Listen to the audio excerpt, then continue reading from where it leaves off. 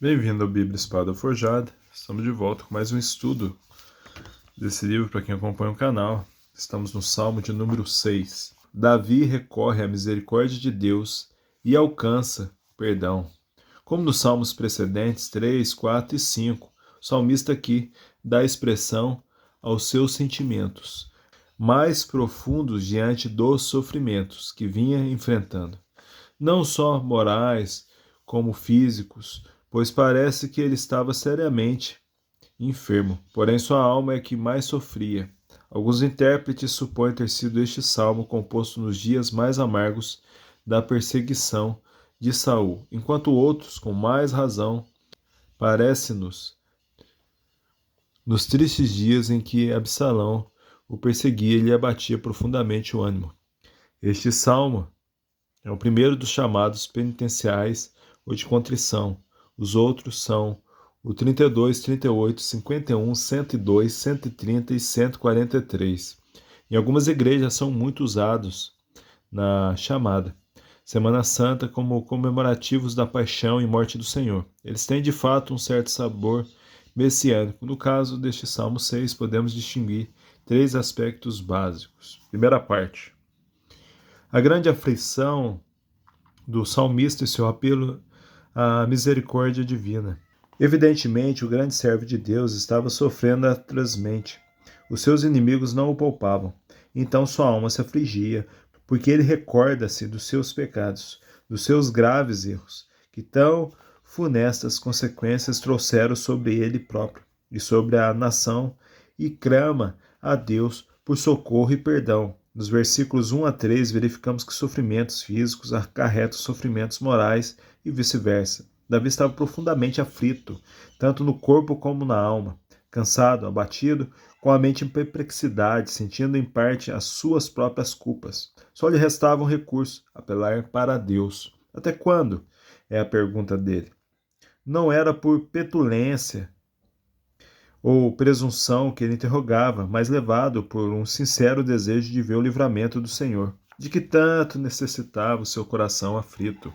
Nós também, não raras vezes, em nossos prolongados sofrimentos, ficamos perplexos e, como Davi, perguntamos: até quando, Senhor? Mas sejamos humildes e pacientes nas mãos do Senhor, até que venha a ajuda e o livramento. Parte 2. O salmista desce ao vale profundo do desânimo e renova o seu apelo ao Senhor. Os versículos 4 e 7 são um dos trechos mais melancólicos de todo o livro dos Salmos, aliás, de toda a Bíblia. E neles, o autor revela sua imensa dor e o quase desânimo completo em que se encontra, faz um gemido, a emanar das profundezas de seu coração, do mais íntimo de seu ser. Quais seriam as causas de tão lacinantes sofrimentos, que lhe confundiam o espírito com o balido?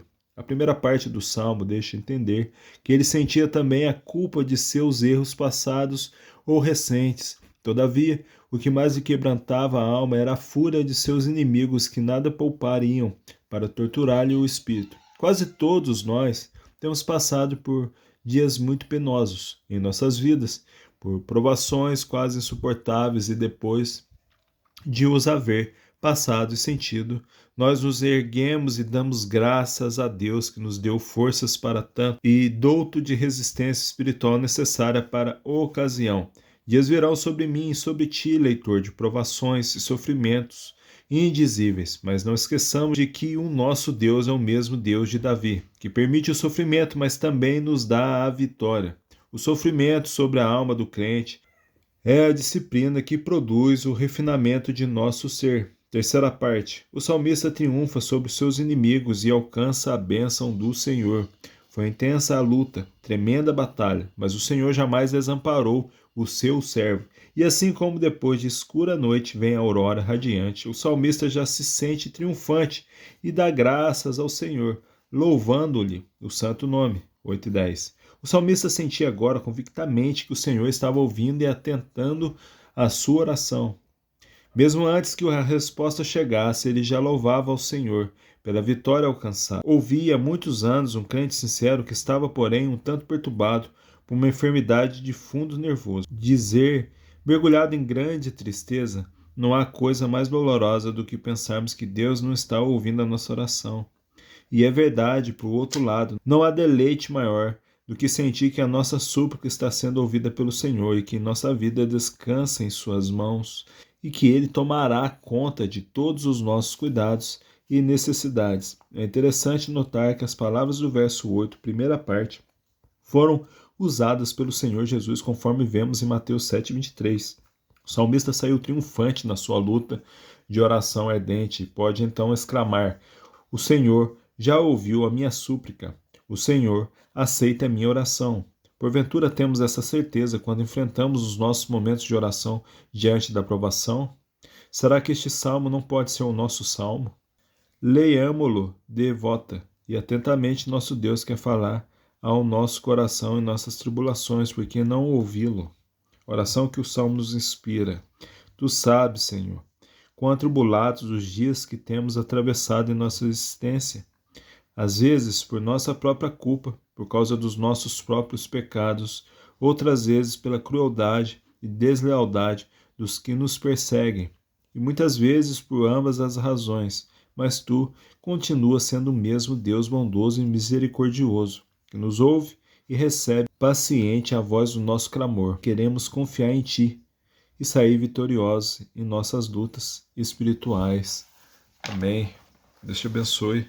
Esse foi um salmo muito forte, não que os outros não sejam, mas pelo estudo aqui dá para ter uma ideia, né? Deus abençoe a vida de vocês. Graça e paz. Até breve.